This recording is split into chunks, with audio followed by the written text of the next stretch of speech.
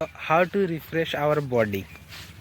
अगर आपको एक दिन में ही, अगर आप बहुत सारे काम करते हो, कहीं बहुत ज़्यादा ट्रैवल कर रहे हो, तो आप थक जाओगे। तो अपने आप को रिफ़्रेश कैसे करें? एक सिंपल सा लॉजिक है रिफ़्रेश करने का।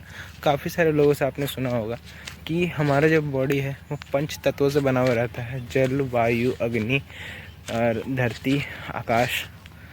तो अगर हम इन 5 तत्वों में से किसी के भी संपर्क में आते हैं तो फिर हमारा जो बॉडी है वो रिफ़्रेश हो जाता है। आप जैसे कि मान लो कि आप बहुत ज़्यादा थक करके घर आए, ठीक है, और आप पानी से अपने चेहरे को धो लेते हो, तो आपको तुरंत ही एक रिफ़्रेशनेस का फील होने लगेगा।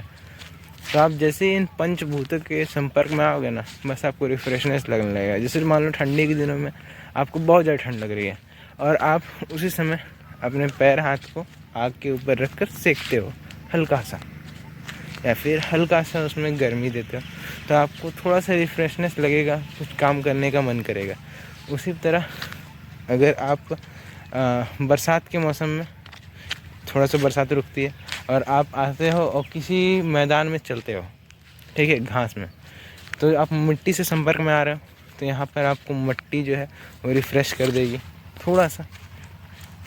और थोड़ा सा नहीं, ये कुछ ज़्यादा ही रिफ़्रेश हो जाता है। जैसे छोटे छोटे बच्चे को ले लो, वो लोग जो दिन भर खेलते हैं, ठीक है, शहर में तो ऐसा नहीं होता है। गाँव में अगर आप देखोगे तो जो छोटे छोटे बच्चे रहते हैं वो दिन भर खेलेंगे, पसीना से भर जाएंगे, उसके जाएंगे तालाब में जाकर वो नहा लेते हैं, तो वो एकदम रिफ़्रेश होकर के आएंगे। या फिर अगर आप बहुत ज़्यादा कहीं पर धूप में ट्रैवल कर रहे हो और आप कहीं पर भी रुकते हो, थोड़ा सा अपना फेस में पानी मारते हो या फिर आप नहा लेते हो, तो आपको बहुत ज़्यादा फ्रेश लगेगा और आप फिर से किसी भी नए काम को करने के लिए फुल ऑन एनर्जी से अपना 100% दे पाओगे।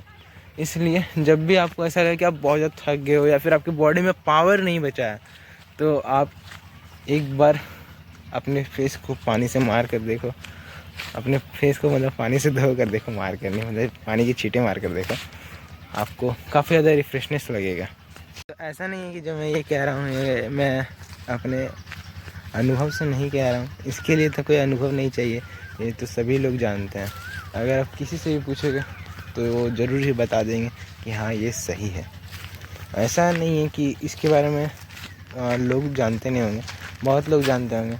हमारे जो माननीय पीएम हैं श्री नरेंद्र दामोदर दास मोदी जी, उन्होंने भी एक बार एक सेमिनार में इसका वर्णन किया था कि पंचभूतों के संपर्क में आने से हमारा जो बॉडी रहता है वो फिर से रिचार्ज हो जाता है, फिर से रिफ़्रेश हो जाता है।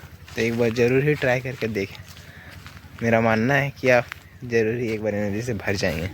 और आप जैसा कि देख सकते हो कि शाम का टाइम है और मैं अभी इस ग्राउंड में घूमने के लिए आया हूँ।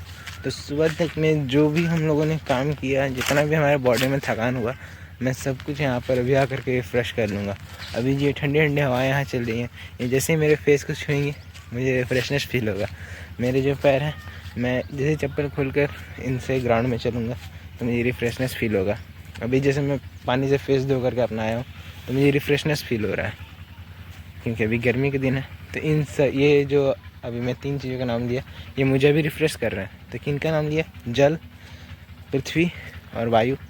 तो ये भी तो पंच तत्व हैं, तो इनसे हम लोग रिफ़्रेश हो रहे हैं। अभी आकाश को देखो, अभी इसका ये व्यू काफ़ी अच्छा है, तो ये भी हम लोग एक तरह से रिफ़्रेश कर रहा है, सुकून दे रहा है। तो बस ऐसे ही रिफ़्रेश हो जाते हैं। मैं जैसे अपने सारे वीडियो का एंड करता हूँ, तो लास्ट में ही कहना चाहते हैं, take your pen and write your destiny in your self.